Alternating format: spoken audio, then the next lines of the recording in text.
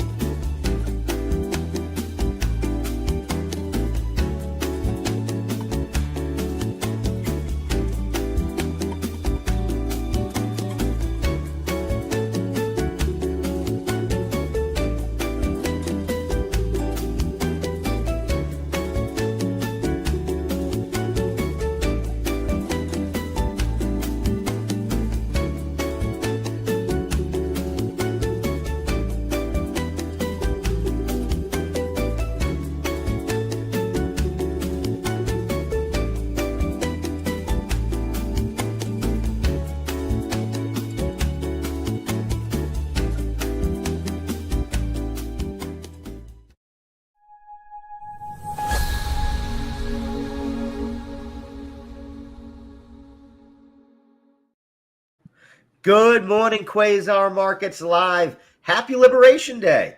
How are you doing, my man, BigBeat? What's the good word? Am I supposed to bring you a present today, or I don't know? I am a little disappointed. I didn't get a card. I am a little disappointed. I'm not gonna lie. I thought you cared. We're not storming the beaches of Normandy. It's not. What is? I don't really understand what liberation. Hey, I gotta say though, I saw the first blink watching CNBC a few minutes ago. Ontario's, not what the heck is his title? Not Premier, but it is Premier. Doug Ford, right, from Canada. Yeah, Ford. Yeah. He basically said, as long as there's no tariffs from the U.S., we'll get rid of all tariffs we have. So that would be different. And this goes, quite honestly, to steel and aluminum imports. It goes to automobiles, auto parts, energies. I looked at everything that's affected by the tariffs currently. So maybe what President Trump is trying to do is get people to the table.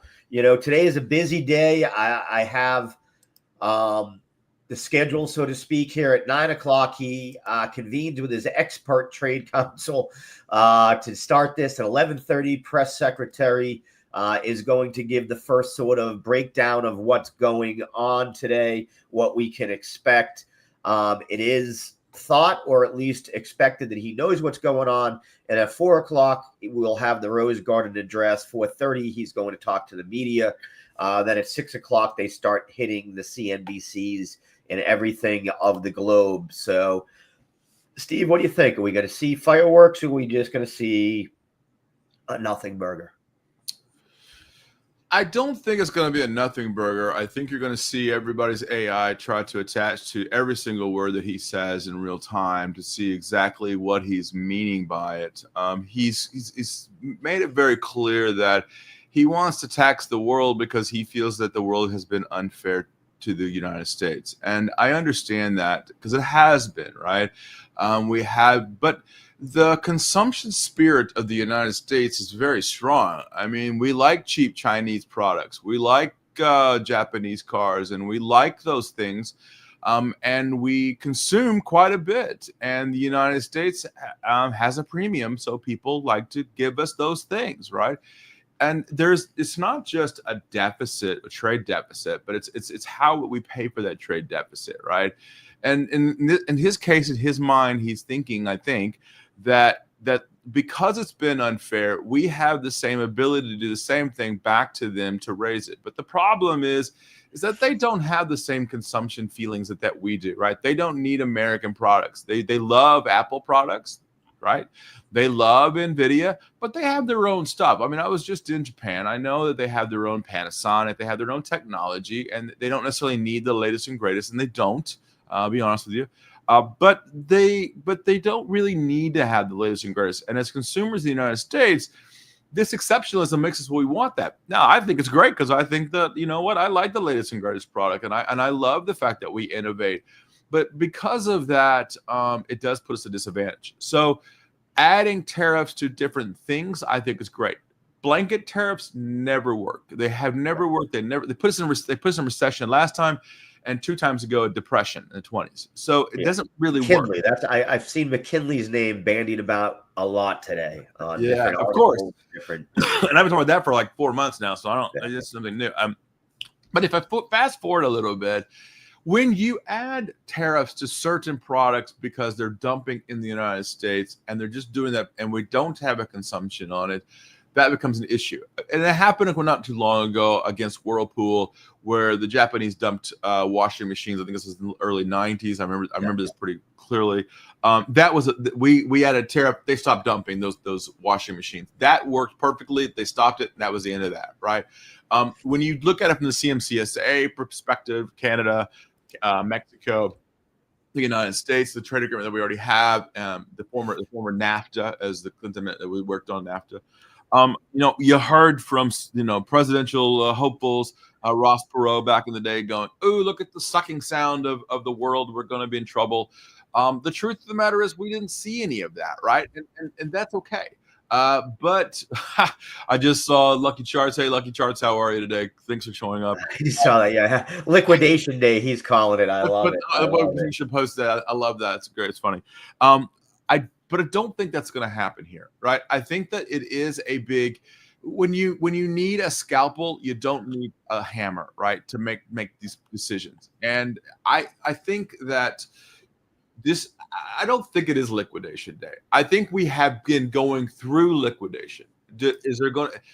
Our markets are undervalued. I mean, Tesla's extremely undervalued stock right now. Well, Tesla just missed their deliveries, so stock's moving down to the downside, down 4% here. And the numbers are in, so I did put that across the bottom here. They were estimated to come in at 390,000 cars, 336,000. So that's a pretty big miss for them, to be honest with you. Production also is and this is the one that matters to me more, because this isn't what the orders were. Elon has talked about ramping up production, wanted to do 412,000 cars, did 362. And probably don't even need to do that, because the deliveries don't even need to be that high anymore, because we're seeing in Europe, they're not buying the cars. Yeah. And unfortunately, people are keying them in China and everything else. So I expect to see a little bit more blood on the street here on Tesla. Immediate move has actually been a little bit to the upside, but I'd be wary there, definitely wary there. Steve, the other economic news we got to bring up, though, is we did have some good news come across this morning, right? U.S. private sector added 155,000 jobs. Yeah. And what more importantly I put across here is that professional and business services led the way. We had seen leisure and hospitality, which we know is a seasonal hire type thing usually, that had been leading, but now it was business services and professionals. We'll say we have Paul Vallejo coming in this Friday, our man when it comes to everything in the labor markets, a man who is a CEO of a huge labor staffing company, one of the biggest in the Beltway, DC area in New York City.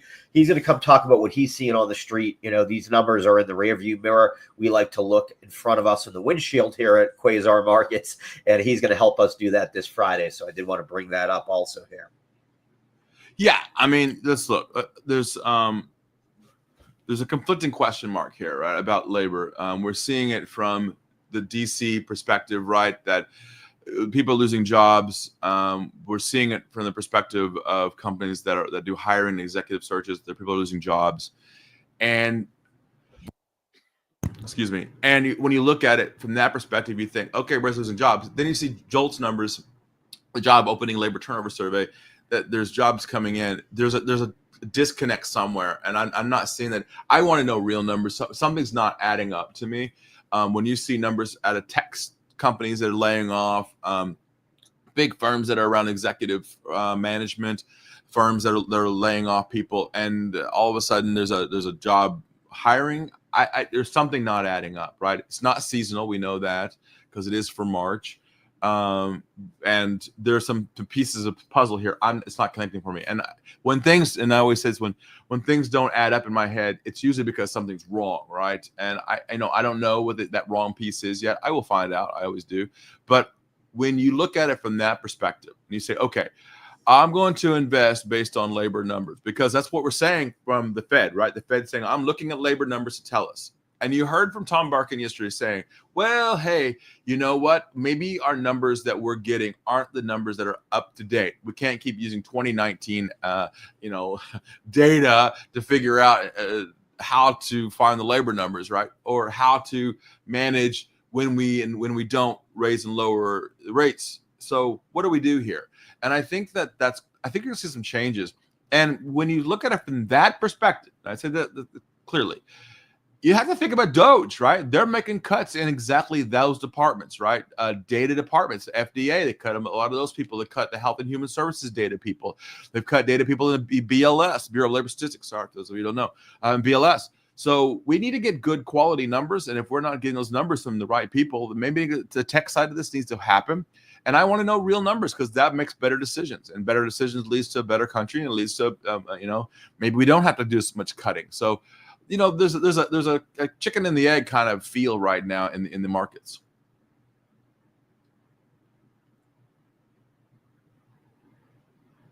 Maybe I think you're on mute there, Howard. But looking at the Dixie here under 104, another thing, right? I think in liquidation day, I think people are looking at the Dixie as well. Go ahead, Howard. I was going to say, I think that professional and business services could be tax professionals, people that are temporary hires for tax season. Yeah. The only thing I was going to point out, that don't let that number confuse you. I'm sure we'll get more information when we talk. And that's a very good point. I mean, it is tax season, right? So there could be, and we usually do see tax selling into this area. So, yeah. Okay, let's start to look and see what's going on across the sectors here this morning. So far, Mag 7, as we talked about, Tesla is the one that's getting hit hardest after those delivery numbers came in a little south at now minus 4.5%. NVIDIA down 2.45%. I do have a headline on that. NVIDIA, the big talk or the big issue for me seems to be the ability or inability for China still.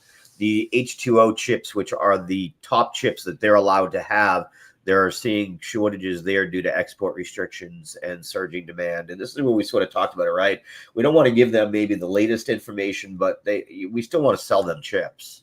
So we're seeing that as a little bit of a stress on NVIDIA here today so far. Other movers and shakers so far today that I did see. Did want to point out one that doesn't really have any new news, but our little favorite there from yesterday, Keurig Dr. Pepper, continues to be a winner, up third day in a row now, up 0.5 percentage point leading into the market, cash market. So was happy to see that. Other ones that we have in the news today, Encino. Those shares are plummeting here, down almost 34%. That was after missing all of the marks that they were looking at here. Hold on a second. Just got to get my notes on them. They missed their Q4 revenue. It was a 14% year-over-year increase, but guidance for next quarter and fiscal year fell well short of analyst expectations. So again, we're just seeing the continuation, right? Earnings are actually okay. It's forward guidance. It's worries about what's coming ahead with these tariffs and everything else that tend to have things moving to the downside. Steve, you'll be able to get your Domino's Pizza anywhere in the U.S., it looks like, as Domino's Pizza and DoorDash announced a partnership. It's going to allow Domino's to reach new customers through DoorDash Marketplace while continuing to use its own drivers for delivery. They have started a pilot nationwide launch announced for May 2025. Does have DPZ up about 0.5 percentage point on that news here. So DoorDash, on the other hand, is down about 1.33% on that news. So seems to be a win on one side, a loss on the other side. Another one that's up nicely this morning is one of our favorites, Charles Schwab, up 1.07 on an upgrade to buy from Citi. Again, talked about how there's renewed interest and new asset growth. So you have more people looking to trade. So Schwab could be one of the big beneficiaries of that. And new avenues to trade too, right? I've been screaming this for like the last 3 years that futures are going to be the new hot product, and it is now. We talked about and it. They also announced they're going to enter the crypto world. Their CEO, if we remember, there too. So not surprising there. Steve, do want to point out VIX back up around 2347. So a little bit of a heightened move to the upside there, but quite honestly, kind of subdued considering what the day is. Like you said, I think we stay below 24 here, and everything is hunky dory. That anything move above 24 though could lead to some liquidations in those zero DTAs on that. Yeah, I mean, I'm looking at the VXX itself, 53.55. It's too high for me. In a lot of ways, it's buying the insurance protection against your portfolio. I get that. They're probably buying calls on the VXX and the VIX. And for me, it's smart under 18, not over 25, because 25 is tough. It's a space where you're saying that worse things are happening than are. Yeah, you're buying at the top range again. You're buying a black swan is what you're buying, right? Something that might. Yeah, I mean, all you got to do is look at this. I've mapped that number out at that 2350 area, and you can see we break it. It's very quick, outside of that one spot, here in March when we had the prolonged agony of the first announcement of the tariffs. Outside of that, it is a quick hit above. You don't want to be playing that game at 23. As Steve said, you want to be playing it down here at 17. Qs look like they are on track so far to open to the downside about 1.29. I will say it played out exactly as we sort of talked about yesterday, Steve. Once VIX or VXX lowered down to the rates we were looking for, we marched up. We just did that slow climb. Man, sorry, I got a little bit of the flu here, so my medicine's kicking in. Sorry about that. Get my words a little backwards. When we look at what happened overnight so far, we do see that the stocks was down. European markets down about 1% overnight. Hong Kong, Chinese markets pretty much flat, and the Nikkei continues to move to the downside here, down another 89 basis points here. It's been on a huge downfall, almost a 10% downfall here over the last not quite week, 6 trading days. We've seen almost a 10% drop for the Nikkei. So they've hit even more struggles than the U.S. when it comes to equities over the last week or so. Steve mentioned DXY back below 104 here, so giving a little bit of breathing room.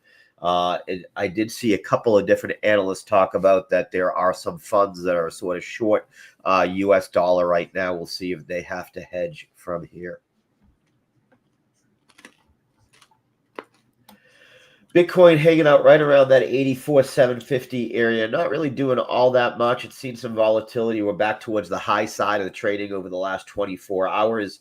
Did break as low as 79 or 81,000, yesterday before regaining some momentum here. Gold right back at 31.26, so not quite at all-time highs, but still pretty close. Steve, silver moving back to the upside, 33.81. We do know that 34 number has been a tough zone for it to break through there so far. Yeah.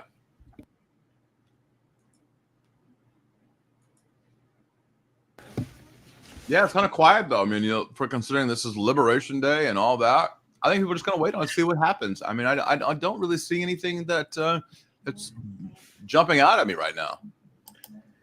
Nope, I don't either. Some other news that we had this morning, Paramount Global Para was down here. Let me pull up their chart. Deutsche Bank gave them a downgrade. So a lot of the movement within individual stocks over the last 2 days, we've talked a lot about these analyst upgrades and downgrades. They really have been moving the market more so than anything else I've seen. We have that. Apple was down. The news on Apple, National Labor Board halted cases against the company after they agreed to nominate Apple's attorney as one of the board's general counsel. So Apple was moving a little bit down after that news. Meta was down a little bit amid a Senate investigation into the company as it attempts to get more friendly with the Chinese government.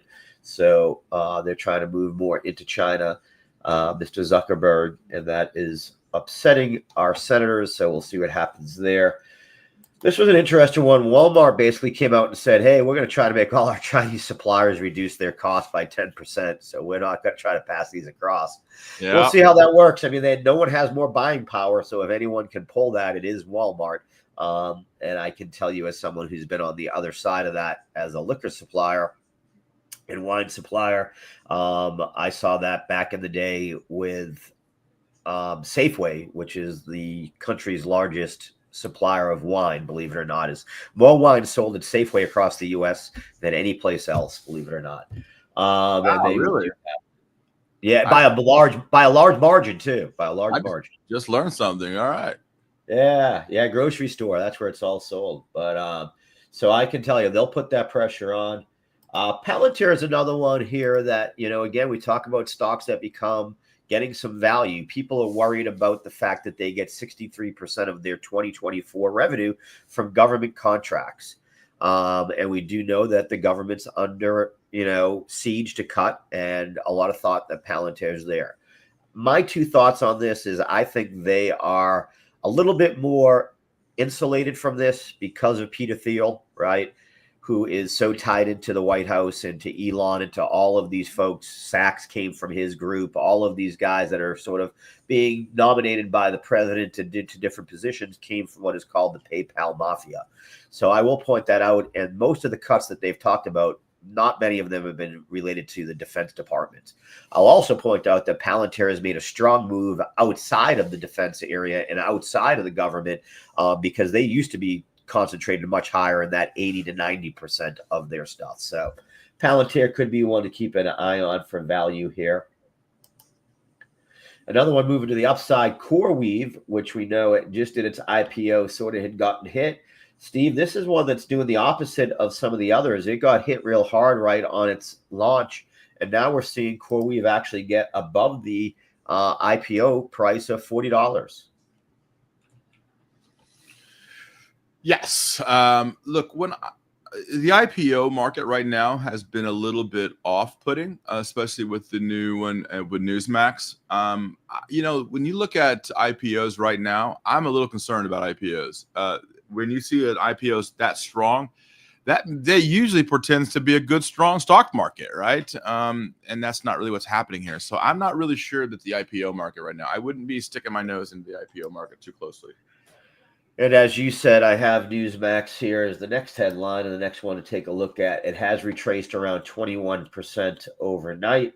But yeah, it continues to take off. $233. It hit as high as $264 yesterday before pulling back now $80 from those highs. Like we said, people will get burnt here. And this is before any lockups come off or there's really any ability to short the stock. It won't take long for options to be opened up on this. I would say by Monday, you'll have options which will allow this to be shorted, which will really put some pressure on the stock, as we saw with DJT. And again, I'll just pull that up so that folks understand what we're talking about. We're not here to tell you what to buy and what to sell. We're here to warn you and point out things that past history has happened. And this is the stock. If you look at what happened to DJT, jumped all the way up to 175, now settled down in this 20 area and has been in this 20 area, multiple times over the past, 6 months. So. Steve, another one getting beat up, the old favorite. I know you used to have one of these. I remember it. BlackBerry. BlackBerry is down after they reported quarter four revenue, and definitely a miss there across their earnings has them down another 20% here. Stock that can't sort of get out of its own way, huh? Yeah, I mean, look, it's very simple. Yes, who didn't have a BlackBerry? It was a status symbol back in the day, right? BlackBerry, right? Yeah, BlackBerry. And when most people don't know this, but BlackBerry wouldn't even be a company if it wasn't for Senator John McCain. Most people don't know that. John McCain made it popular. And in Washington, this is before it ever hit like the retail market. And those of us that were in Washington at the time all had a little rollerball on their BlackBerry. Remember that back in the beginnings? Yep. And we couldn't wait for the next BlackBerry to come out. And then all of a sudden, a little fruit company called Apple came out, right, and changed the game plan. And BlackBerry then was not on the cutting edge, and they did not think that Apple would do it. And many of us got iPhones, right? And that stopped that. Many of us got little iPods, little music things. That tells you everything, right? When I look at companies today and I go, are you innovating? If you're not innovating, then you're dying. You're dying, right? And when you look at that when I look at that and I say, okay, all right, is this company spending money in R&D? Is this company going to the next level? And no, I don't think RIM is doing that here. It's Research in Motion, right? For BlackBerry. They changed the name. I get it. And when you look at those things, history tells you everything about that. And I've been screaming about playing out as the biggest head and shoulders I've seen in a while. I mean, Apple was a good example of that. They were not innovating, and now they've been beaten up over it about innovating. And guess what? 17 to 18 new products coming out this fall. I like Apple. I don't like Research in Motion here, BlackBerry here. I don't. Yeah, I'm with you. Yep, absolutely. You know, Mag 7, again, we've talked about it, can provide value at these prices. You know, Netflix now down today. It could break as low as 900 on any kind of bad news here. I love it in that area. Right. What else did I have here on the indices for us? 10 and 20 year are all dropping pretty significantly here, although today's data should have it going the other way. That's also got me a little bit nervous where you say, you know, the hair sticking up. Yeah, you're right. Look at that. Lucky Charts, you just said it's too quiet. What are the chances of getting lucky with both super cheap puts and calls today? You selling them or buying them, I guess, would be the question there. Lucky Charts. Implied volatility I'd have to look at on some of them. You know, if volatility is up high, then you'd want to sell them. If volatility is down low, you'd want to you know, be buying them. Scott Bauer had yesterday, you know, iron condors were the way he was looking at it, because he thinks we do get a quiet day. So I'd be more looking maybe at something like that. Take a look at an iron condor where you're, you know, buying and selling puts and calls on both sides with it, you know, for credit, and then using that and watching them all expire and useless, you know, worthless. Right. So definitely some ways to play it. Steve, would you be looking at any of those type of things today? Nope. And look, I call it sitting on your hands, right? When I look at that, and no, Lucky Charts, you're absolutely right. I couldn't agree more with this. Not trading is a trade. If you're trading today, you're just a gambler, right? There's no reason to be trading today. There's going to be some movement. I get it. Oh, you know, there's always something. What is it that Jim Cramer says? There's always a tradable moment everywhere. No, there's really not. Look, the volume tells you that, right? What the thesis around the world right now is, it's not good, right? So what do I do? Oh, and I always say it's the path of least resistance. The path of least resistance is not to the downside. We've already had that capitulation. The path of least resistance may or may not be the upside. It may just be a sideways trade, and we can see sideways happenings all the time in the markets. And I like sideways because it helps me start to think, what is the next move in the markets? Now, if you have a longer term thesis right now, your strategy is maybe a swing trade, which is a good time to swing trade, is to the upside, right? I think that's the key here, but not right now. So, yeah. Yeah, absolutely. We are about 2 minutes from the open here so far. Tick is still slightly negative. Advanced decline down about 1647. So we'll probably end up about down 4,000 on the open here. Qs have slid a little bit further even here. Now down to 466.37. SPY is coming in right around 555.40 right now. So we'll see what happens here on the open. Bitcoin back up at 84,600 here. Gold 31.26, silver 33.77. Brent and WTI pretty much unchanged from where they were when we left yesterday. Not seeing a lot to the upside right now. Just trying to see if anything catches my eye. Not really.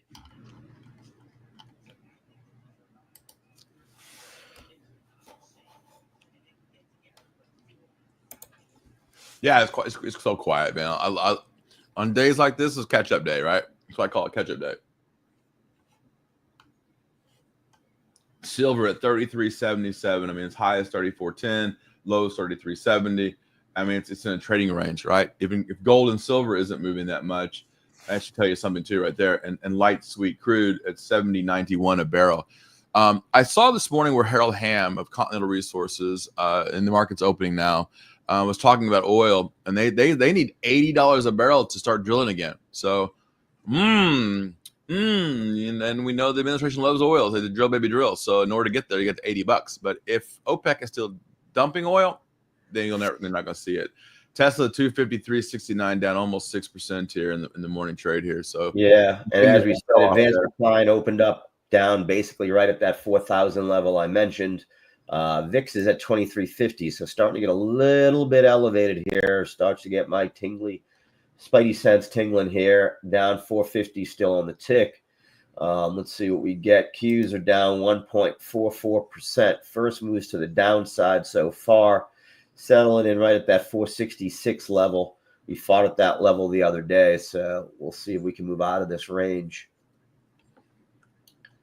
SPY down 1%, down at 555.15 right here. Most things right in the middle of the daily trading range so far. Dow Jones opens up down 85 basis points so far. RUT opened down 1.29%, the biggest loser so far. Steve mentioned on the Mag 7, we can see Tesla down another 6% here at 252. So watch it if it falls below that key 250 level there. NVIDIA at 107.23 starts to get interesting for me again, maybe for a swing trade down below that 105 level. Wedbush, oh man, Wedbush just says Musk needs to get his act together or else, unfortunately, darker times are ahead for Tesla. It's according to Wedbush today. That's wow. Dan Niles. I mean, he's their biggest woof. Yeah, I can't imagine companies are happy after that. Like I said, is the sales are one part, the production being down is the second part. You know what I mean? Is if he at least had production, they would have said, "Oh, well, he'll get his mojo back, so to speak." But having both be misses, I think, is not good. I mean, that's pretty tough talk coming out of Wedbush there. Yeah, without a doubt. And we'll continue to see a slide here. NVIDIA now 106.92. So, like I said, you could get an opportunity that's like here to sell off on those words. Oof. Yeah. Yeah, it's gonna come close to hitting that 250 level. It looks like for sure. Tick has gone positive so far, and we can see the advanced decline is made up about 300 so far. So we are seeing some bright spots so far. Let's take a look at those early morning movers and see what they're doing. Dr. Pepper is giving back most of its gains flat now on the day. NCNO, which was down about 30%, tried to make a little bit of a comeback, but still down at that level. We're now seeing a sell-off across Domino's, down a 0.5 percentage point. Schwab holding up a little bit here. It was up a full percentage point, now only up a quarter. So a little bit of a pullback. Newsmax now at 160, down 31% here. So we're seeing that move pretty quickly to the downside. Look for some stops here. 151, 150, 145. Oof, here goes Newsmax. We warned of this. I mean, it was obvious when the insider said goodbye. They're going to sell, and they're just dumping on these. I feel bad for people who started to buy at the top. And look at that gap. It's going to come right back down to it and fill that gap probably today. Yeah, that one is tough without a doubt. Maersk says U.S. trade volumes grew last quarter despite turmoil.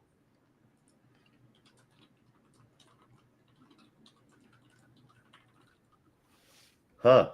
Also seen from Bloomberg, shipping companies have all but stopped buying dry bulk commodity carriers that were built in China. Yep. We're hearing now reports that the U.S. judge has now dismissed New York Mayor Eric Adams' corruption case for good now. that clears the way for his re-election, I think, in a lot of ways, or at least the campaign. Seeing some more breakdowns on those Tesla numbers. High-end sales for Teslas are down 25% because of, the way VIX that. is dropping here a little bit. This could be the end of it selling here. I mean, yeah, getting below. We get, like we said, if it gets below that 23, that's a good sign. Tesla pushing a little bit here. Just a little bit of. I think it's selling, maybe stopping here a little bit. Netflix down up 0.5 percentage point.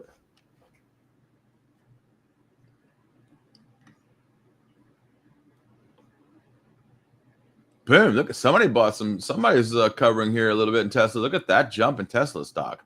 Yeah, up to 256, $5 jump. $3 jump here. Yeah, $5 jump here. Look at that.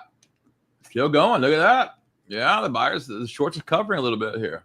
Yeah, it was down to 251.28, now 257.30. 85.2 now on Bitcoin. So there is some short covering here a little bit. I don't know. That it's a little bit interesting here. Well, you said that it might be that it's just a return to the norm. We Correct. That's what we saw yesterday, right? We started pre-markets down, we're beating to start the day off, and then slowly just grind your way back up to sort of neutral. That wouldn't surprise me at all, personally. Oh, Steve, today's your day. Nintendo set to reveal the details of its Switch 2.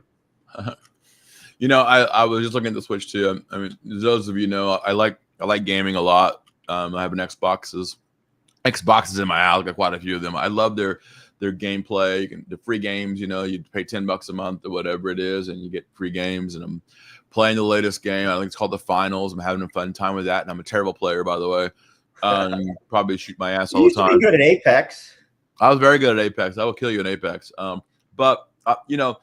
It's a great for me. It's stress relief because trust me. Absolutely, I love playing. I play mostly the sports ones, as you know. I do on my computer now. I do use the Xbox to do it, but I use my Xbox through my gaming computer. Yeah, I mean, I have an Xbox controller here sitting on my desk. I think most people don't know that. I have an Xbox controller, and I have a laptop next to me. Mine's right here next to it. Yeah, and that's cool, right? But the Switch does that a lot. And I'm talking about Nintendo. Yeah. I like that interoperability. My nephew is a big fan. I talk like he's young. He's in his mid-20s at this point. But he is a big Switch guy and definitely is all excited about it. I was talking to him over the weekend, so we'll see there. 85. Steve, I got to say, what do you think is going to happen? Wisconsin, we've already seen the Supreme Court there. Elon and MAGA got their butts kicked. Yes, we have Florida elections up next, right? They do.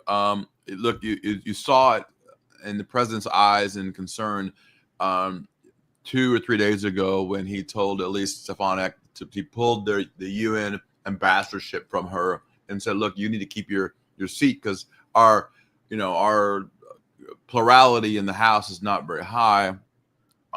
They did they did cement their House, but the Senate seats are a little nervous for them because they have quite a few up in the next 2 years. Look, political out of the way here. Let's be honest. Every time you have a big move from Democrat to Republican or Republican to Democrat in the White House, the other side usually loses a large plurality of votes. Clinton lost the House to Newt Gingrich 2 years later. It's normal. And Trump is going to lose the House and Senate. The chances of it happening are about 85%.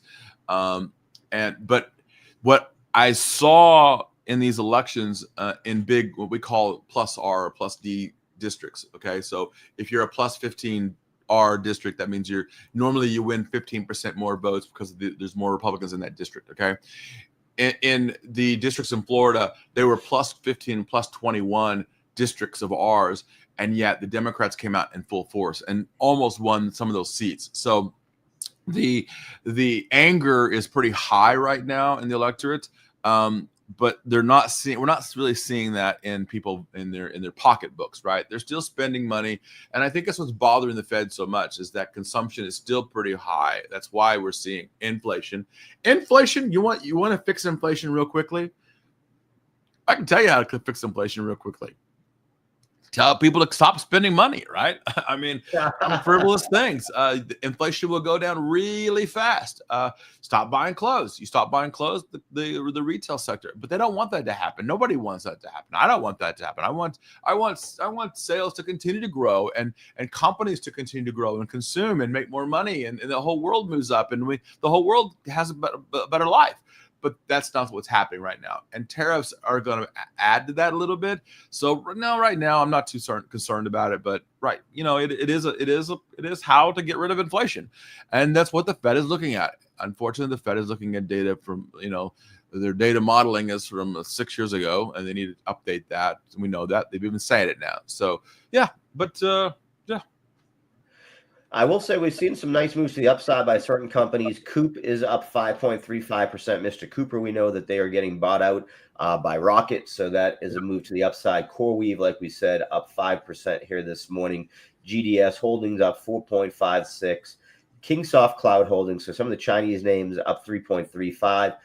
Like Steve talked about, where do people shop in these times? Dollar General up 2.91%. Dollar Tree up 2.69%. Five Below up 2.62, all what I would call value brands. Nice move up by DoorDash now. We talked about it earlier this morning. DoorDash is going to be partnering to bring Domino Pizza to more homes. Now up 1.89. They have been down in the pre-market, so good to see that. Some of the Bitcoin names on the upside today. Mara up 1.95, one of the largest Bitcoin mining, if not the largest Bitcoin mining company. So we do have some things that are moving. Caesars Entertainment, that one's got me a little bit surprised. CZR up 2.15% there, but a nice move to the upside. Let's take a look and see the other side of this.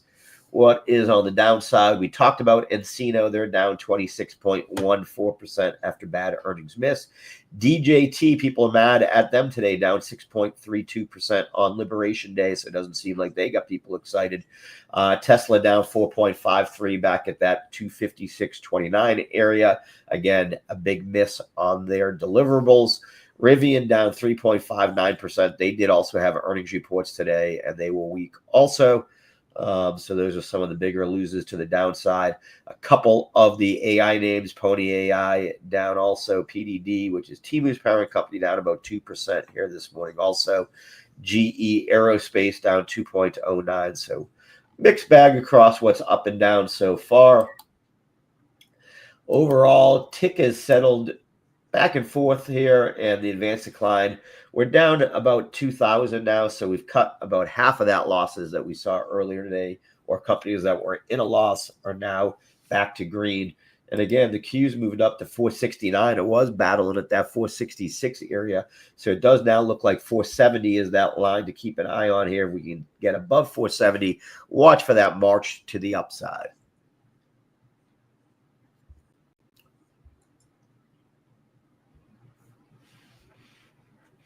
Yeah, I mean, 52.48 now in VXX, dropping a little bit. I mean, now the tick just dropped below to 200. So yeah, I totally understand. Nothing here. It's just a bounce both ways. I'm not seeing anything. I'm not liking anything. I don't like it right now. It's a little nervy right now. Nobody knows what the president's going to say this afternoon, and let's talk about it then. Let's talk about it and find out what he's saying. Yeah. Right? Yeah. Well, remember, I didn't see yet. I thought that the press secretary was supposed to speak, but I would have seen her come across CNBC. She didn't yet. I will talk that again. Ontario's premier, we'll try that again, reiterated his call for Canada to strike a bilateral trade deal with the U.S., cutting out Mexico. I also forgot about that he sort of said, let's make this about the two of us, and not anybody else, which isn't a bad way to look at it, right? You want to do things sort of in the easiest way or easiest route, and one-on-one is going to be easier than three people at the table.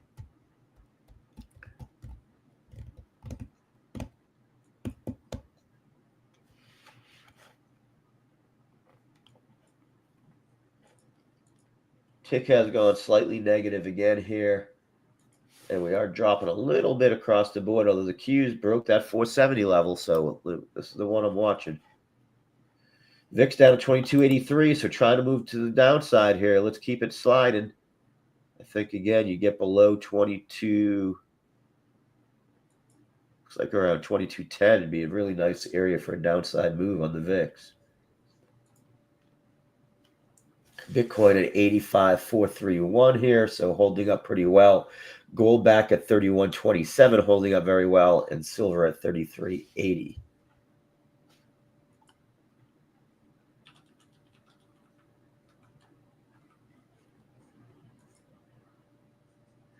Nice move up by Brown Forman today, up about 61 basis points here. Baidu 67. Coinbase, nice move to the upside, up 2.11% here. I mentioned Dollar Tree already, up 2.5% here this morning.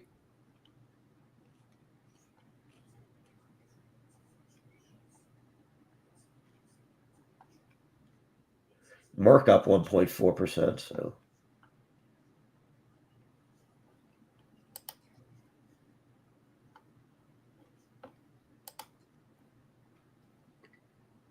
banks getting a little bit of love today, it looks like.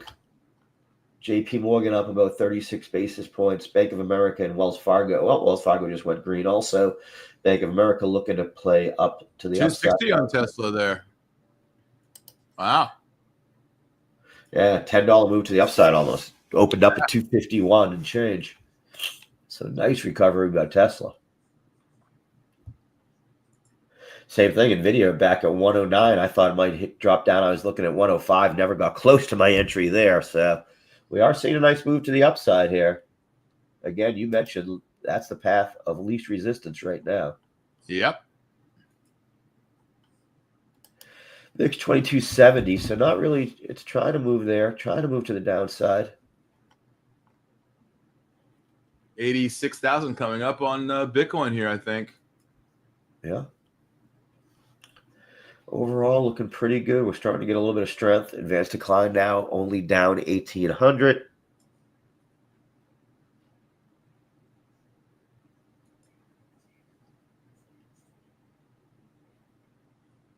Just coming in saying Iran says it's ready for indirect nuclear talks with the U.S. That's coming from Walter Bloomberg.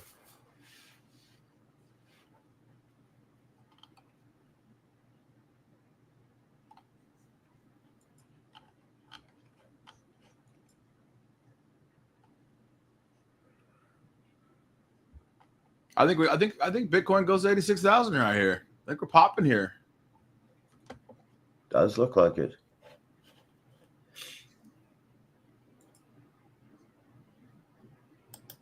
You see Dow Jones down 33 basis points now. High of the day is 41,898 here, so we know what we're looking at there.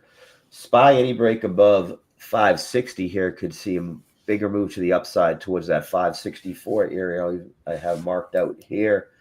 Q's above 470 here, so nice move to the upside.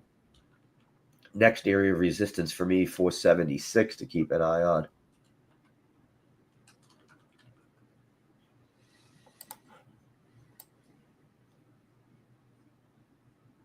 Oh, here we go. DJT stock stumbles as Trump media files for Trump Trust to dump 2.3 billion in shares. We've talked about this over and over and over again, that this is what's going to happen, right? That they're just going to dump these shares, and they did. So, Wow. No surprise there. Stock down almost 7% now. Seeing Snowflake, CrowdStrike, and SoFi all gone green here. We're seeing a lot of moves up here. Palantir moving up. We're seeing all of these. Palantir now up 2%. I talked about that in the pre-market, right? Up 2% now. Made no sense.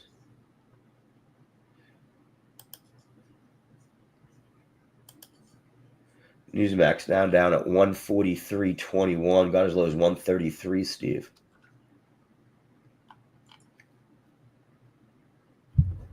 DoorDash now up 2.8%. Nice move to the upside.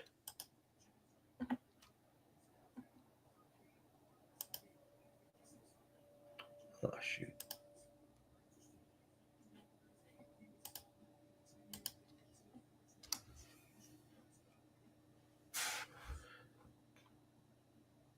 Seeing if anything. Rigetti moving up nicely today, up 3.23% now. Affirm up 2.66 also. So we're seeing some moves to the upside. Peloton up 2.57. Echo Star up 2.2. That's going to be more feedback or pushback on Elon. Again, Ollie's bargain outlet. We talked about all the bargain sort of retail all moving up. Dollar General up 2%. Ollie's up 2.14. Dollar Tree up. Again, CarMax up another 1.71. We talked about that. Used cars are going to be a winner if people can't afford to buy their Toyota new. They might be buying it used. Robinhood, nice move to the upside, 1.55% here also. Ulta Beauty up 1.5. It had a nice little run yesterday.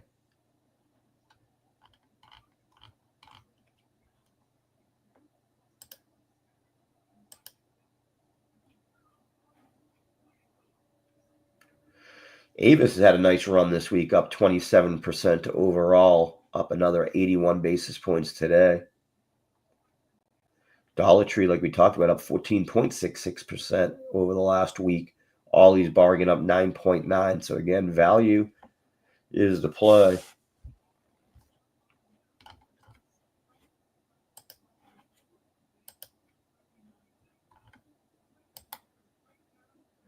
Meta now to the upside, about a half a percentage point here at 589, trying to break that 590 point.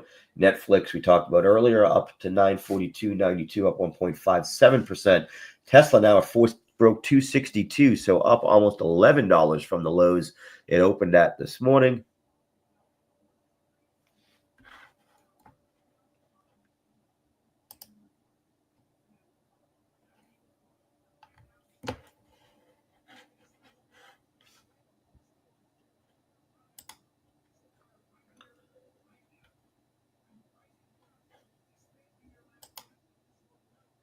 Let's see what else is moving here.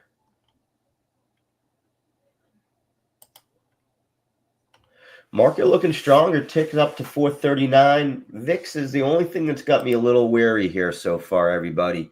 I want to see this VIX break down. It hasn't so far. And that's the big thing I'm sort of looking at here to keep an eye on.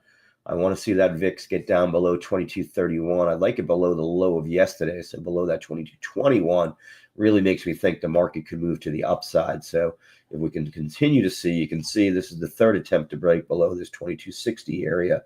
Let's see if we can get below that there. That can give us some breathing room here.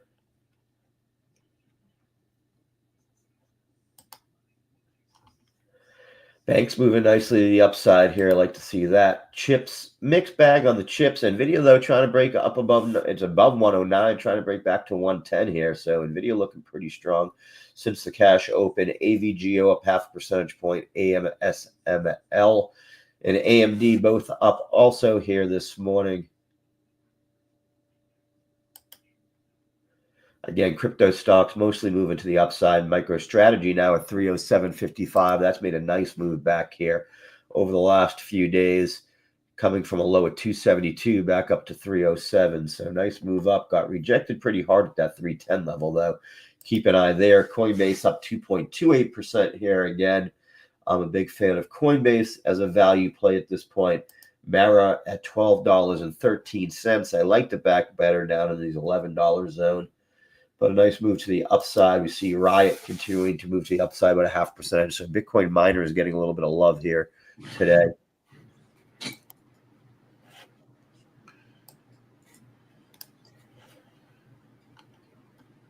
What are we going to do here, Howard? Is there a big problem here? 86,000 here on Bitcoin.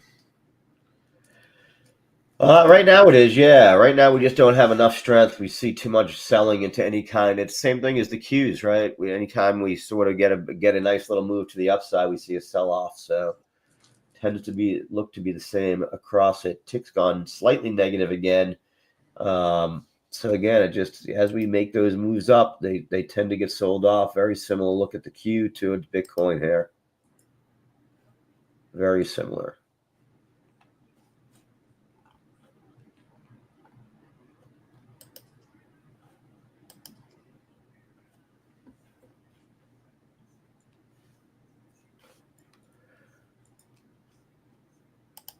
Here we go. 85.8 coming up, I think. I think we're good. I think we do.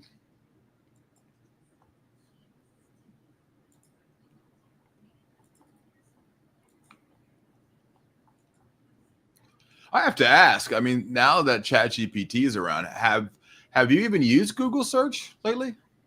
No, not at all. Yeah, You know what I use it for? If I'm looking for a website. Or for You know what I mean? If I don't know what this morning I have some issues with a sub pump, so I need a Tractor Supply. So I didn't know what their thing was, so I just typed in Tractor Supply, picked it, and then hit it. But for general knowledge, I don't use it for Google anymore. Yeah, that's what I mean. Yeah, I didn't know. I use ChatGPT. I use Quasars, quite honestly. Yep. Because it gives me a cross between all three major ones.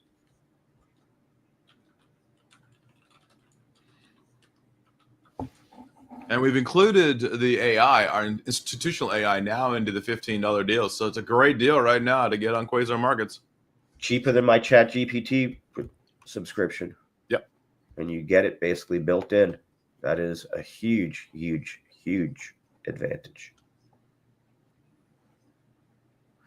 Goldman Sachs just came out, said we expect a slightly above consensus 150K increase in payrolls in March. So that would be good. That could get us moving to the upside.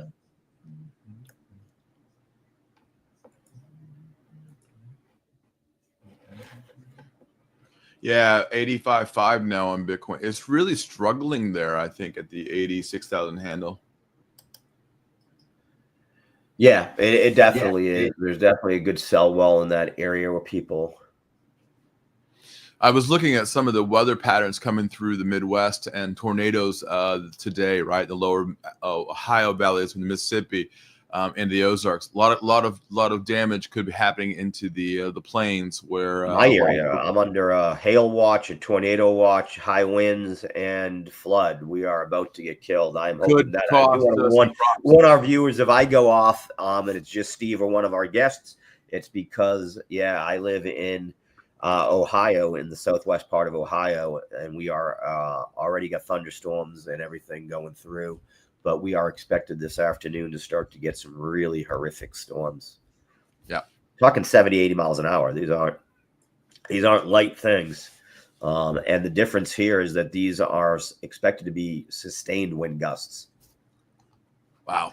That is It's not, I said it this morning, Steve. I said I thought I didn't realize what I was moving weather-wise into here. I do see someone's come into the room a little early here, and we're going to bring him in right away. Let's bring him in. I love Steve Flanagan. Look, I bring that guy in here, man. Mr. Flanagan, how are you doing today, my friend? Good morning, gentlemen. Liberation Day. Happy Liberation. Hey, again, I didn't get my gift, Steve. I'm a little upset. I already told BigBeat I didn't get my card from him. You didn't send me anything.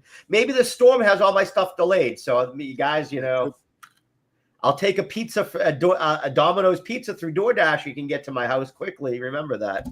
Yeah. Well, Liberation Day, and we're all flying blind. So that's what I've been saying all morning. You're absolutely right, Steve. Like, I don't know what to do. I don't know what to do because I don't know what he's going to say. He has, in a lot of ways, he has said what he's going to do. Okay. But then he pulls it back. And it's the sledgehammer.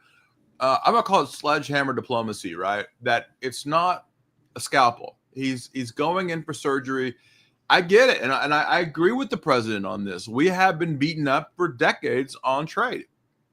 But the problem in the United States is consumption. We love cheap Chinese products. We love buying those things. And is just slapping on a tariff going to fix the problem? That an interesting thought, Steve. And yeah, this is change, and change is disruptive. Sure. Looking at the news today, you hear everybody talking about these election results and, oh, look out, it's a bad sign. Okay, politics aside, they picked up another 2 seats in the House, and they lost an election in Wisconsin. The rural vote never gets out for these type of special elections. It's the city vote. Yep. So, I mean, these results were pretty much, baked in. But let's talk about the trade deficit that we're trying to address with tariffs.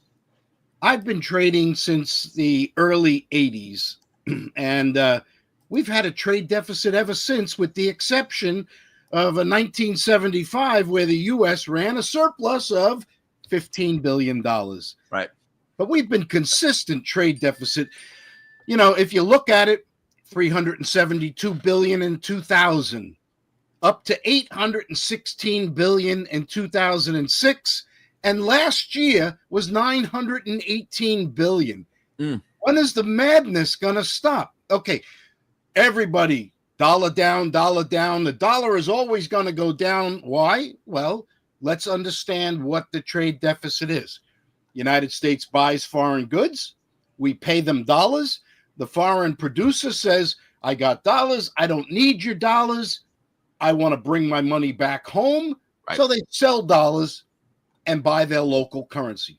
Right. And forever, everybody's negative and but it talking keeps about our dollar in the current as the main currency around the world, though, as the protection, right? Absolutely, Steve. So having a deficit's not necessarily that big of a bad of a deal yet. I think when you're knocking on the door of $1 trillion, that's a lot. That's a lot. And I think that the goal is to just stop the rapidness. I mean, 17% growth in your trade deficit from 2023 to 2024. I mean, yeah, we're addicted to foreign goods, Steve. That's what I've said. You want to solve inflation? You want to solve the deficit? Stop buying products. But we don't want that, right? We want to continue to consume. We want to continue to buy cheap Chinese products. Just go to Walmart. No longer says made in USA. Go if you wanted oil. We're buying oil, and we got plenty of oil. When you're looking at TVs, oh my God, I got how many TVs in my house, and they all say Samsung on it or LG on it, right? I like my big TVs. And I'm not going to stop buying that. And now we have a deficit with Korea. We have a deficit with these countries that produce these products. So I get it. You know, Steve, you're right. And two guys like us who've been at this, Howard as well, you know, we're saying, hey, you just can't like pull the needle out of the addict's arm and expect there not to be repercussions. So how does that then play out? How do they accomplish this? Because we know United States doesn't produce TVs. So where are we going to get our TVs if we're not buying, you know, all it's funny to me when I walk in a Sam's Club or a Costco or a store, the first thing you see is big screen TV on the right side. I mean, it's like, boom, there's the tech side. And guess what? They're not U.S. products. Nope. And the people that complain about the White House or who's there are the same people buying those big TVs because they're $1,000. And you go to another store, go to Best Buy, it's the same thing. There's the same products going on. Maybe not the latest, greatest. And the consumption of this is really high. So Are we going to stop? And you're seeing this consumption over the last few months with tariff talk. They're all buying the Japanese cars that they want. They're trying to get new cars now because they don't want to pay another 20% on top of it, right? So you and I look out the front window of the car. We're not looking in the rearview mirror. Correct. How does this solve? Well, we're not going to change it overnight. So what they're looking to, there'll be a one-time sticker shock in prices, because I don't think, in my estimation, this is to end us buying foreign goods. That's not what's going to happen. What's going to happen is their prices are going to go up. Okay, inflation will go up one time. Boom. But then you're going to find people within the United States saying, hey, I could probably get a TV together and sell it for a couple of $100 cheaper. Over time, we'll begin to see some of that happen. But we won't just end our buying of foreign goods here. So it'll take time. It'll be a one-time sticker shock, which then brings me back. I think you'll see Trump lay on tariffs. My view, I don't think they're going to be as bad as everybody's expecting. I agree. I think that's what the difference is, that I don't think that they'll be as bad, as you said, as that he has been hinting at. And I think you might see a boom tomorrow. Tom Lee said that on CNBC yesterday. He said, look, it might not be as bad as everybody thinks it is. It may be a pullback a little bit, maybe more bluster talk, and then hey, you know what? You already saw, and I think Howard mentioned this morning. Doug Ford talking about it. You know, saying, hey, here in Canada, we'll take off our tariffs, take off your tariffs, right? Well, that's a win, right? So all of a sudden, there's no tariffs in Canada, so the market should go on up, right? Especially in Canada. And you called it on this show here. The dollar mex peso, the dollar's falling here. We're just slipped below 104 once again here. Yep. You know, the dollar mex is interesting, but I still say once the sticker shock of this is over, that the dollar is going to resume its upward trend because as we look in the broader picture, the trade deficit will be addressed. Is it going to go away? Is it going to go into a balance? Are we going to go surplus? No, you're almost $1 trillion a year right now on pace. So, but if it gets back to 500 and we see a trajectory on the downside, that's not a bad thing. That's a good thing. It means less sellers of dollars. And in the bigger picture, I think that this knee-jerk reaction, you look at the dollar index chart, Howard, that's it right there, right? Yep. Yes. You look at the high was put in on January 13th at 110.18. Then you've been coming off all year to a low of 103.20 on March 18th. Look at the sideways move. Is that telling you right here, looking at that picture, that we're going to see the dollar collapse? No. It's telling us if we break that, 103.20, yes, then we're going to see further movement. But more likely, the smart money is all over the bids down here, soaking it all back in. And if you take any equity market, bond, everything is telling you the same thing. Currencies are indicating a bottoming formation. Yeah. And you've got to watch out for the other direction now. And I'd point out, I saw quite a few analyst reports today talk about some of the major funds that are short U.S., not short U.S. dollar, but are short U.S. equities, and that will need to rotate back into U.S. dollar. Exactly. And if they are short in the equities, you can be certain that they are short in the dollar as well. Right. Mm-hmm. Yeah. Because as we've talked about, to the retail community here, the big players always look for the double bang. They first want to get the financial instrument on, and then they look for the currency movement. So, I would have to say, to me, the currency markets have definitive levels here.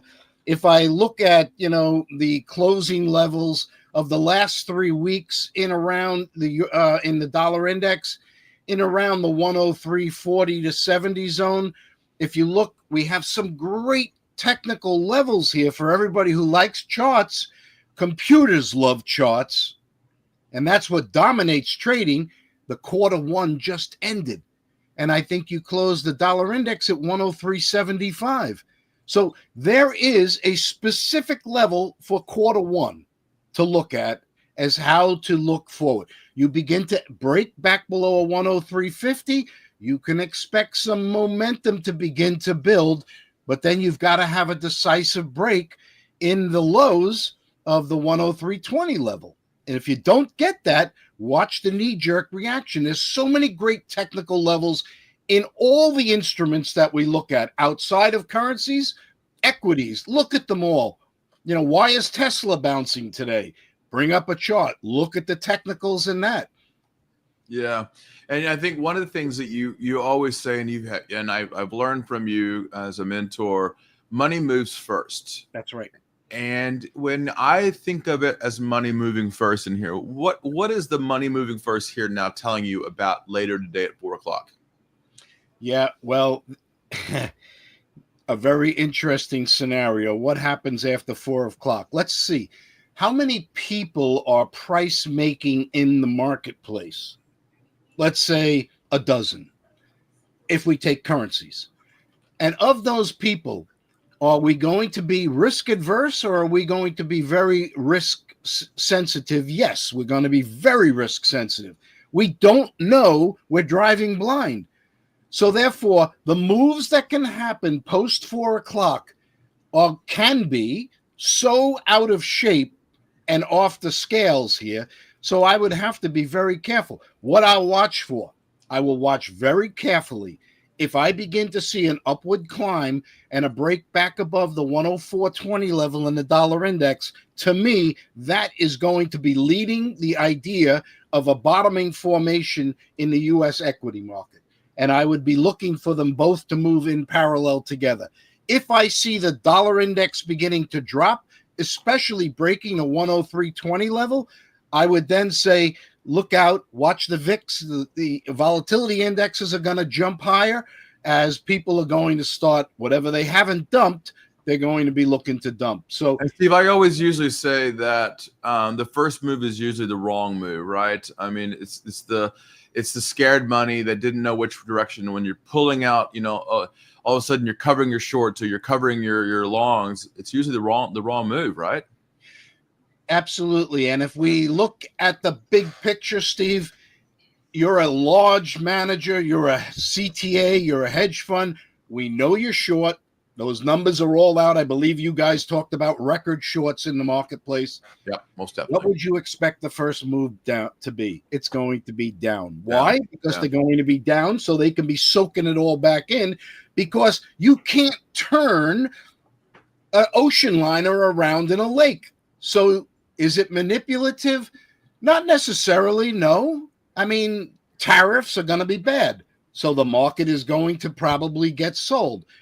The thinness of the market in the futures trading is what can be influenced very much by less selling interest. So I would look at the first move, just as you say, Steve, to probably be on the downside. I wouldn't be in a rush to jump in either direction. In the dollar index, if you want something, use that. That's an active trading pair. 103.20 breaks the downside. Look for continued negative. 104.20 upside. Look for the ship to begin to turn. And why are they selling the Dixie now? I mean, what's going on here? Is it foreign countries just dumping the dollar? I think, Steve, what you're seeing right now is this lead up. People are going to say it's all bad for the United States. I mean, I looked at the headlines this morning, and it was very difficult to see any positive headline that the United States is going to cause a trade crisis. Okay, well, you've got Israel removing all tariffs. You got Canada discussing it. You got the UK discussing it. You've got India that is supposedly going to make some big moves here. I couldn't think of more positives out there in the world, but it's easy to go with the flow. It's easy to listen to the noise pollution. It's very difficult to be a contra trading. So this move you're seeing today is kind of just, remember, emotions are the worst part to have in trading. This is kind of ebbing the emotional aspect of trading. It looks bad. It looks bad. And in a look bad situation, you want to be a negative trader. You're selling. All right. Well, Steve, I need to slip out of here. I'll let Hondo take you home. But thank you, man, because you've been nailing this dollar in this trade, man. So far, so good, Steve. Have a great day. Okay, Mr. Flanagan. Let me get that out of the way. What do we get? Do you have some charts for us today? How would I do? I was going to bring the dollar index up. Let's see if I can bring mine up. I had to come in a different way to you today. No problem. Can you see my dollar index? Absolutely. Okay, so we've talked about the low levels right now. 102.80 is kind of the bottom point we're looking at here. 104.25 I've itemized as the top. We had a recent test up to that level, and we're coming off. So here's the dollar index. Why is this level so important down here? 102.80. I've used 103.20 as the point because of the closing levels. But if you look at the closes throughout March, 103.31 Friday, 103.74, 103.60, and the quarter one close of 103.78. Why I use closes is because most trading is computerized trading, whether it's a model, whether it's an execution method.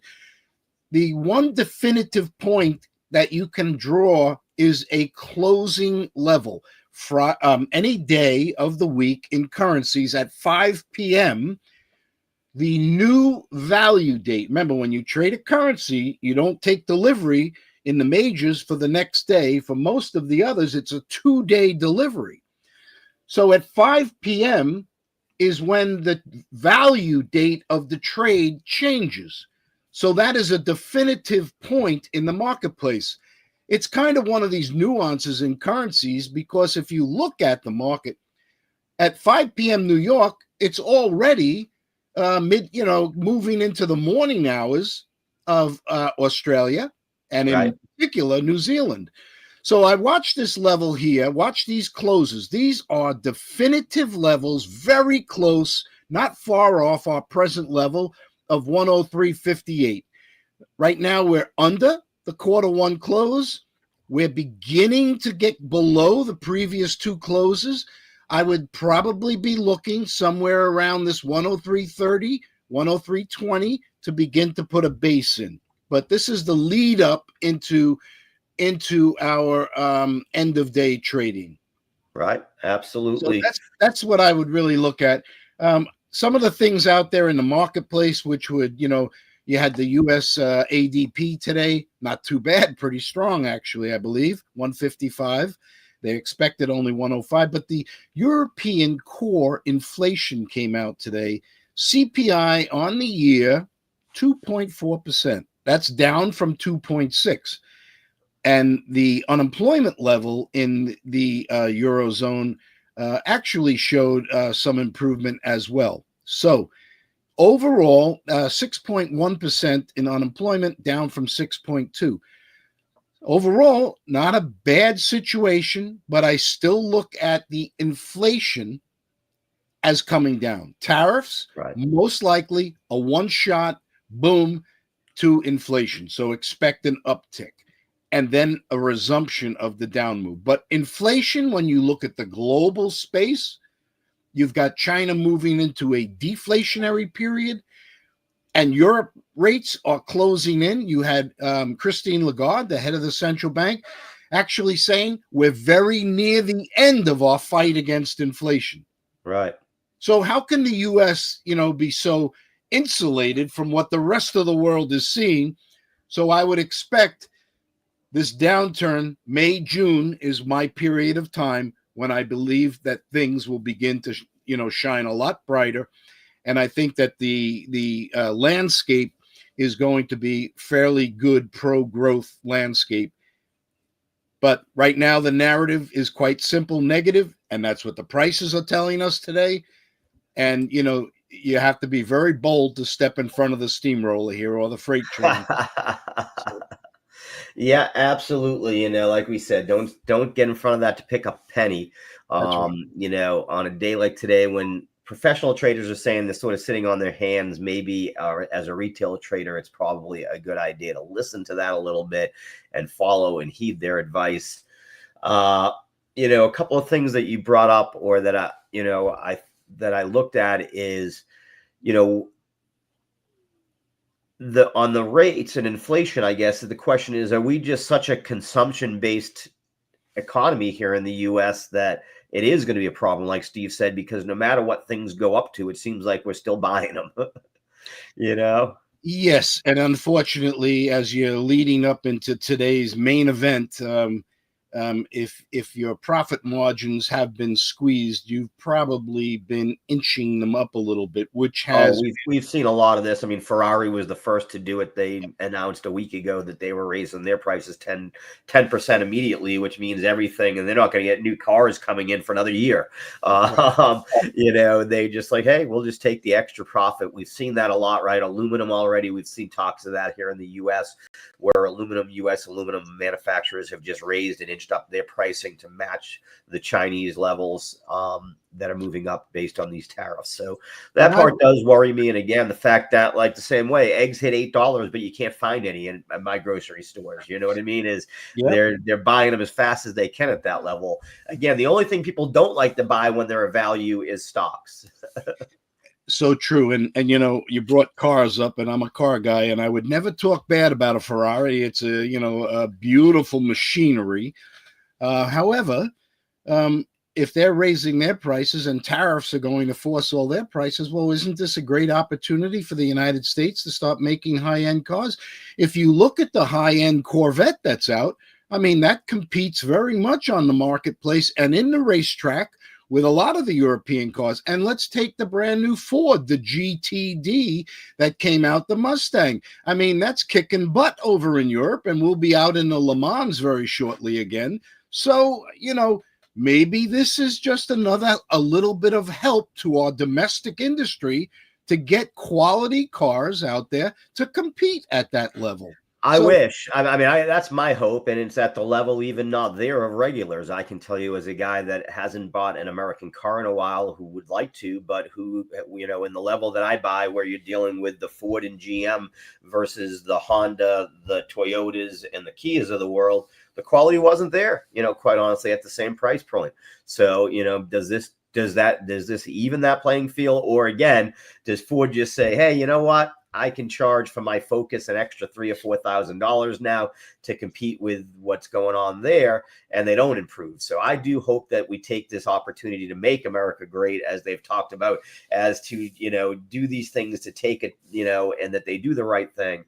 And I'm not very much a pessimist in general, but I have been when it comes to this, because it doesn't seem to be the American way a lot of times, unfortunately. Let's hit your quality aspect. You're absolutely right. But why has a Nissan or Hyundai, why have they been, quality good versus American products, which have been cars, which have been quality poor?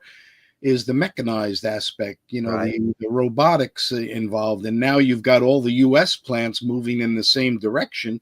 Like I said, I'm very hopeful, and I do think they've done a good job in certain sectors and certain sections of it. And, my concern would be more at that $30,000 car, not the $250,000 Ferrari. Ferrari only makes X amount, and they sell them to who they want, not to who wants them. Right. They limit who can buy them and everything there.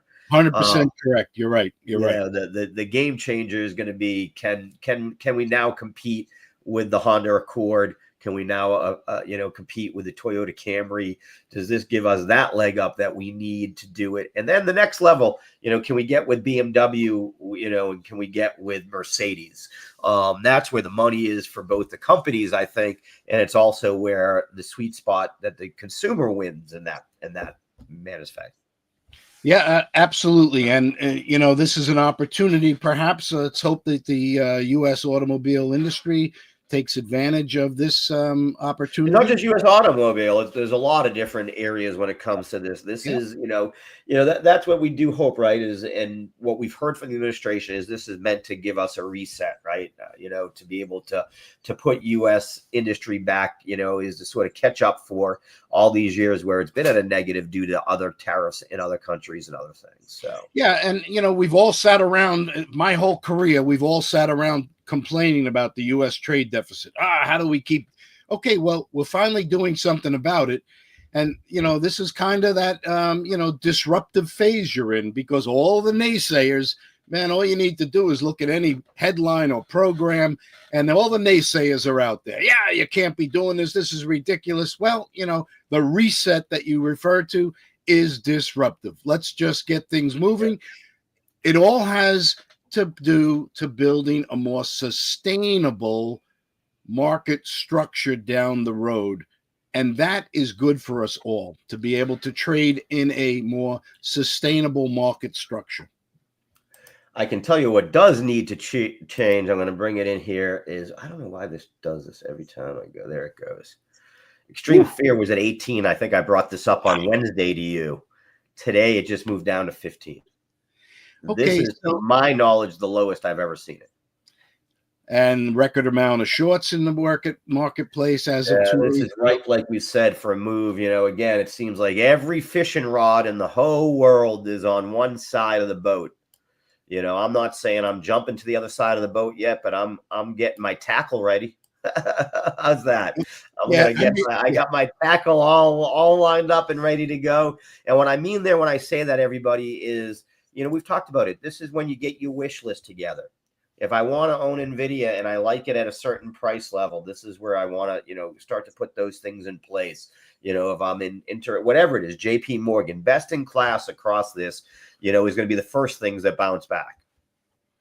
That's right. And, like I said, after 4 o'clock, watch the dollar index. Perhaps maybe even better, watch the dollar yen. The dollar yen, if the dollar begins to drop versus yen, because yen has proven itself to be safe haven currency, only offering 0.5%, which is pretty strange, but it's a surplus nation, and people like to buy yen in times of uncertainty. And that's why the dollar yen is trading the way it's trading off of its 150 high.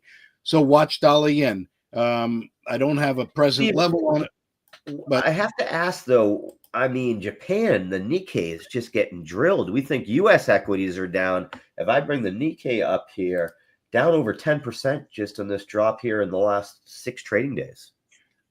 Yeah, and all equity markets are beginning to reflect that on a global disruption to trade.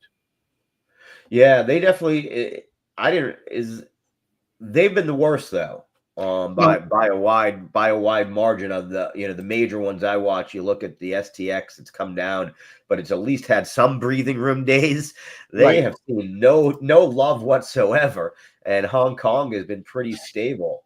As a major exporter, Japan, of course, is going to be, fearful of being targeted, and that could be a lot of inside money. Especially the cars, right there. I believe when I saw that they were the country that would be most affected outside of Germany. Germany is actually the one when it comes to cars that was over 10% of their whole GDP is exported cars.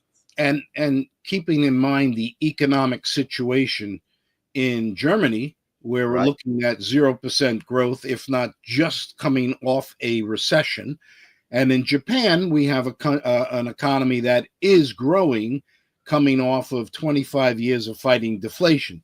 So neither one is in a good position to feel a hard impact of tariffs.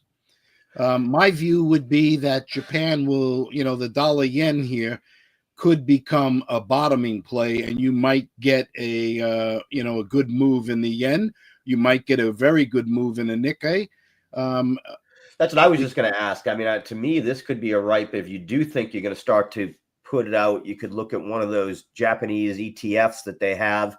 You could look at MUFG, you could look at SMFG, but this would be one where I think the Nikkei jumps back as a whole. Maybe you look at an MCSI Japan or one of those other ETFs that give you good coverage here. Because, like you said, this is all tariff, right? This is 100% tariff affected. That's fear, tariff fear, right? Because it's before the event. I like EWJ. That's one that I've always played with. Yep, absolutely. And for those that don't know, I'll pull it up. EWJ, like I said, I like the MSCIs myself, which are the iShares mover here. And you can see what it's done. While it's finished up every day, it's done it on a downward trajectory. So this could be an interesting one for a move back up. I like that play. That's definitely an interesting one to keep an eye on for sure. It's going to be an interesting day to keep your eye on the news, of course. All the, and like you said, the mainstream media is playing the downside of it. Right now, I see the former Ford CEOs on, former, HHS heads on. Everything is people that are going to talk down what's happening right now, not people like ourselves that are starting to look and say, hey, guess what? There could be some light at the end of this tunnel, and this is what you should look at, first of all, to see that light. And if you see that light, what would I do once I see that light? So having come off of an institutional side for my entire career, I would only offer you my description of an ocean liner turning in a lake. Right. And the only way that that's going to successfully happen is if today the fears all get stoked in the marketplace. Right. And that's just what's going on. Yeah, we get a final capitulation. Fears are 15. If you're an institutional guy that says is the bottom in, there's only so far you can go from fear and greed at 15. Right. I mean, you're starting to say, okay, let's give them one more scare today. Let's do a little bit of selling. They'll all capitulate. and then we get to buy back at a nice rate, and we'll start this thing on the right side. Not that an institution would ever think like that, would it? No, and I would like to just clarify that this is not, people would say, the markets are always manipulated. No, Not they're manipulated at all. It's not manipulated at all. They're based on supply and demand. They're based on buyers and sellers.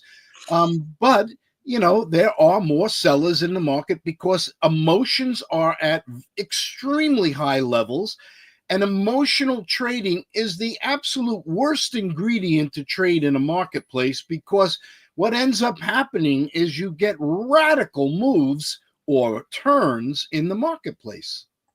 Yeah, without a doubt. And that's, and we've seen, you saw it the last, what was it, Monday, where it started off bad and then it ripped your face off in the afternoon. We're seeing the moves Right. that go both ways. What's the only point we have is the 1920s Smoot-Hawley tariffs and the global depression. So the only real point on tariffs people have to look back at is that, and that's fear. And fear is driving trading today. So, if you don't have to be trading, today's a great day. I tried to identify levels for you. Look at levels and watch the break, and maybe look to go with the momentum. Certainly, you could see momentum in both sides after 4 o'clock today, and I would let it start to establish itself and go in, because if momentum is behind the trade, it's going to go a long way. It's not going to be a quick one move.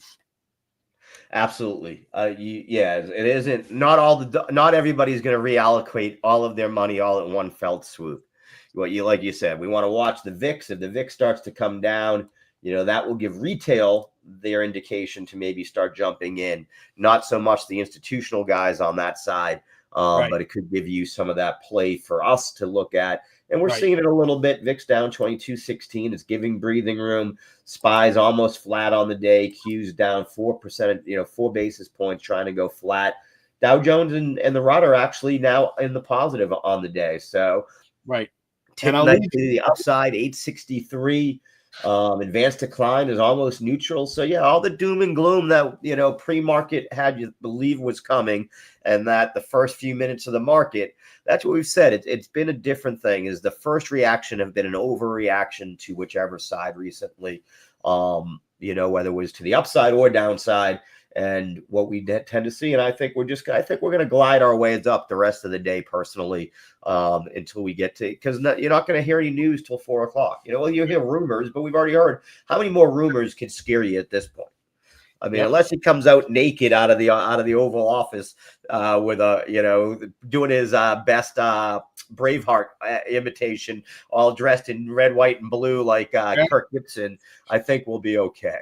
And I'll leave you, Howard, because Friday we'll have a clearer picture in which to discuss. Absolutely. But I'll leave you and the viewers with understanding. We are all flying blind right now. Nobody has any piece of information that somebody else doesn't. The only thing out there in the place is fear, and that's what people are trading on today. Absolutely. Everybody, thank you so much for joining us. I'll be back at 11:30 with Kirk Spano. 12 o'clock, we've got Agnieszka Wood, our trading mindset coach. Kirk, as most of you know, hedge fund manager and a guy that works a lot on the private equity side. And then we've got the disciple of trend, the master of charts himself, Charlie Moon, in at 12:30. So busy day across Quasar markets. Everybody have a fantastic trading day.